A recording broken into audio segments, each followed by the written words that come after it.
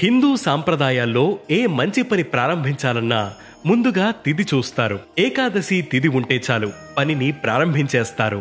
ఒక సంవత్సరంలో ఉండే 24 ఏకాదశుల్లో ఆషాఢ మాసంలో వచ్చే ఏకాదశిని తొలి ఏకాదశి అని అంటారు.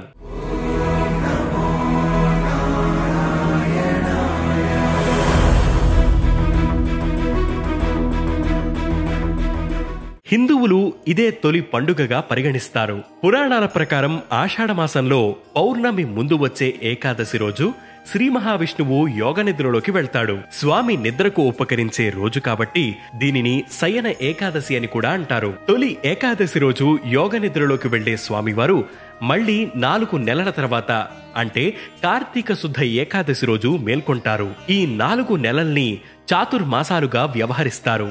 ఈ 4 నెలలు స్వామివారు పాతాళ లోకంలో బలిచక్రవర్తి వద్ద ఉండి కార్తీక పౌర్ణమి నాడు తిరిగి వస్తాడని పురాణ గాథ ఒకటి ప్రాచుర్యంలో ఉంది. తొలి ఏకాదశి రోజు రోజంతా ఉపవాసముండి జాగరణ చేసి మరనాడు అంటే ద్వాదశి రోజు ఉదయం శ్రీ మహావిష్ణువుని పూజించి తీర్థ ప్రసాదాలను స్వీకరించి భోజనం చేస్తే జన్మ జన్మల పాపాలు ప్రక్షాళమవుతాయని భక్తుల నమ్మకం.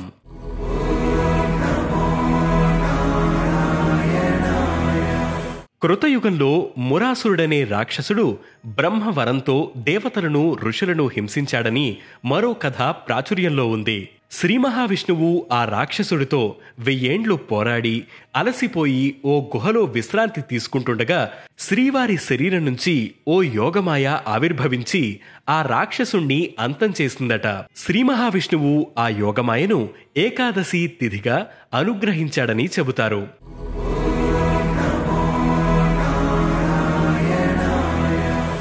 ఏకాదశి అంటే 11.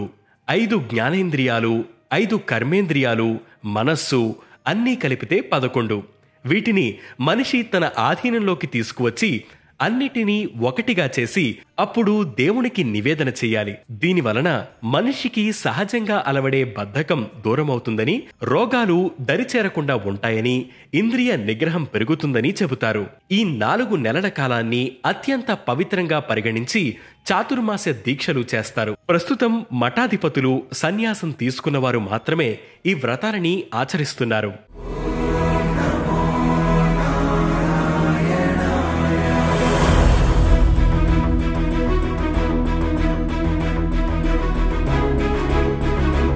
చాతుర్మాస దీక్ష చేపట్టిన వారు 4 నెలల పాటు ప్రయాణాలు చేయరు. కామ క్రోధాలను వదిలిపెడతారు. ఆహారం విషయంలో కొన్ని నియమాలను పాటిస్తారు.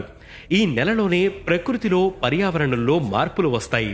శరీరానికి జడత్వం వచ్చి అనేక రోగాలు చుట్టుముడతాయి.